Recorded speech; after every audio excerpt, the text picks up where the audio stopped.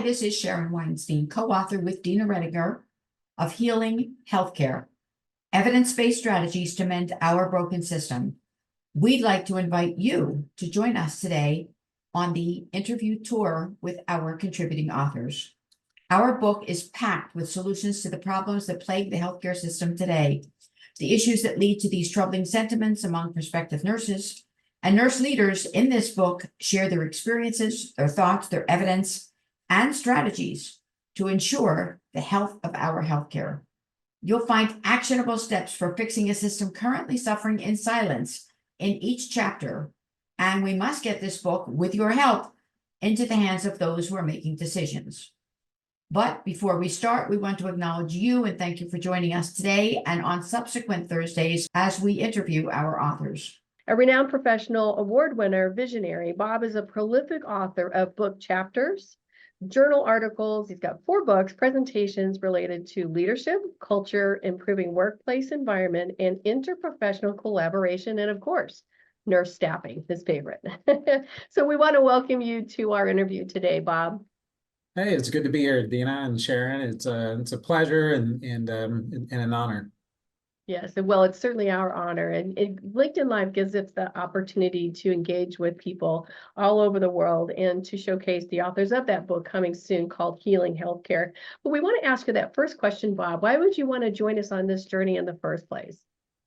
Well, yeah, one, I mean, as you reached out and talked to me about this topic and what we can do, I thought this would be a meaningful difference to be able to share some insights into what it would be like to heal healthcare if we can do that, right? And as nurses and nurse leaders, we have a tremendous opportunity and thinking about focusing on our workforce and the changes. It's been dynamic through the pandemic, even before, and what we've been able to accomplish and do with technology advancements and all kinds of things associated with that. But it was a great opportunity to get engaged in this work. Well, we're so blessed. We're thrilled. Yeah, we are. Go ahead, Dina. Yeah, we are truly thrilled. Back to you, Sharon. Okay, thanks. You represent the best of the best in nursing, Bob, and we are just delighted to be working with you. In reviewing your chapter, and I have reread it easily a dozen or more times as I've been reading through the proofs of the book, you talked a lot about recruitment and retention strategies. So I'd like you to tell us, if you would, a little bit more about that. And then my personal question is, should retention precede recruitment? Of course, yeah, I think that's a big question in there. And there, when you think about recruitment and retention strategies, I think there's a quote that I've fallen on here lately that is really important to me, and that is that excellence or success is an exercise in boredom. Meaning in there that there are some consistent practices that go into play when you think about recruitment and retention.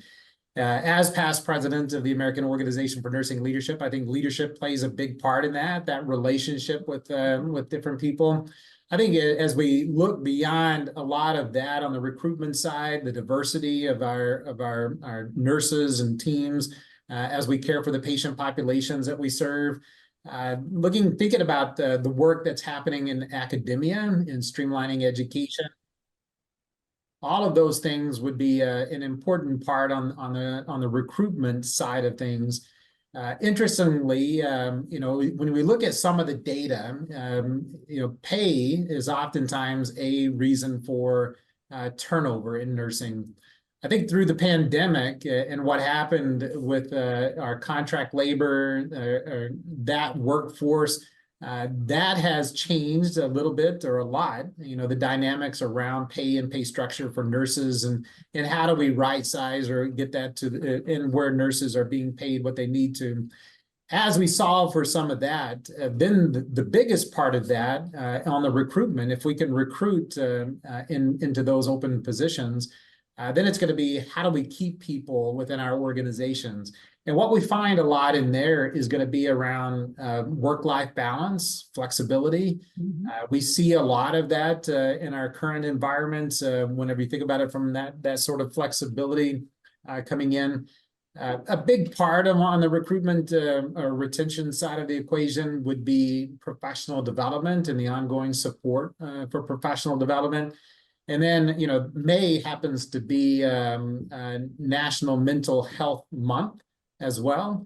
And so recognition is an important thing that we want to do, recognizing our teams and individuals. And then I think also, really helping with that well-being. And that ties back in a little bit on the flexibility, the work-life balance. But the overall well-being of our people is going to be an important part of that structure. And I just want to add another question to that. Is that true across generations? Because we have so many generations of nurses in the workforce today. I think it is across generations, and I think there's a good question there. I was visiting with a dean of a major top-notch university not too long ago, and I think from a nursing leadership, which I'm very passionate about, and helping create positive and healthy work environments for people to be able to work and provide excellent care and services to our patients and families, communities that we serve.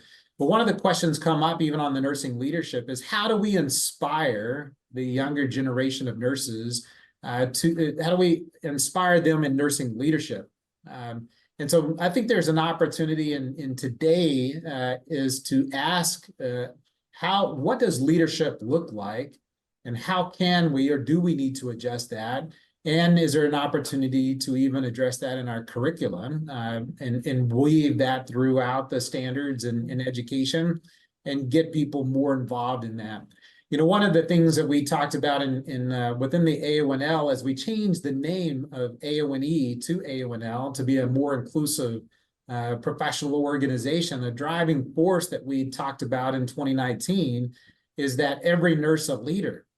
And so understanding that and the advocacy associated with it, how are we able to help in our profession to recognize that every nurse is a leader in there?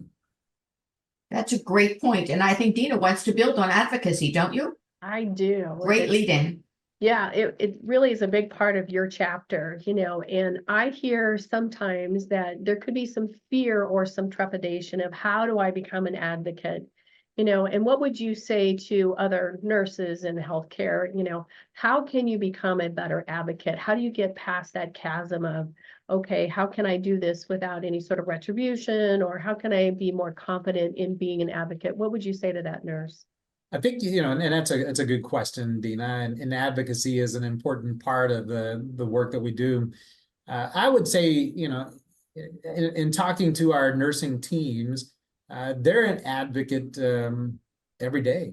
Every interaction they have in the conversations that they have with our interprofessional teams, are advocating on behalf of the patients that they're caring for and doing some of that work. They're advocating in the workplace environments through professional governance structures to improve that workplace environment and know some of that and those nuances. But advocacy, as we are fully engaged in our professional organizations, the American Nurses Association, AONL, the Academy of Med-Surg Nursing, all of our varying professional organizations, they are committed to advocacy, and they help it. They make it easy, for nurses to be involved. You can go to the ANA website and go through some of the advocacy efforts there, and it's really strong. And how can we?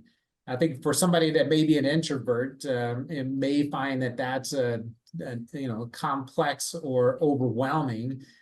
So you can be as involved to be a voice, whether you're in your state or national realms, but you can also do that through email, calls, or other kinds of things as well. And again, I think, similar to a lot of the work that we do, advocacy right at the bedside is going to be some of the most important work in there. So there's a lot of ways to be involved from an advocacy standpoint. And part of it is just getting engaged and getting comfortable with it. Yeah, I love that. And also being an advocate for yourself. Right. Exactly. Absolutely. And sometimes that's even harder, because it's so much easier to be an advocate for someone else, but sometimes it's hard to do it for ourselves. And certainly I know that's what you do a lot of support for. So certainly want to thank you on all that endeavor that you've done, Bob, in that area. Yeah. And that also builds on your concept, Bob, of the whole well-being piece. Absolutely. If nurses don't take care of themselves and advocate for themselves and their own well-being and their own scheduling and their own mindset, how can they possibly take care of others? That's so true. And as I do some of the executive coaching with nurse leaders across the country, I think it's hard, from a nurse's perspective, as I visit with people, how to say no. They're always taking on Powerful word. more and more and more.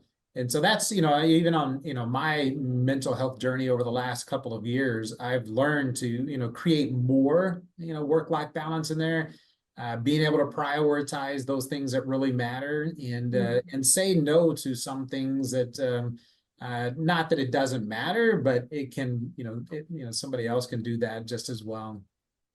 I love But that. there's something there. First of all, no is a complete sentence as part of my B is for Balance book, but every no allows room for a yes for something that you truly want to do.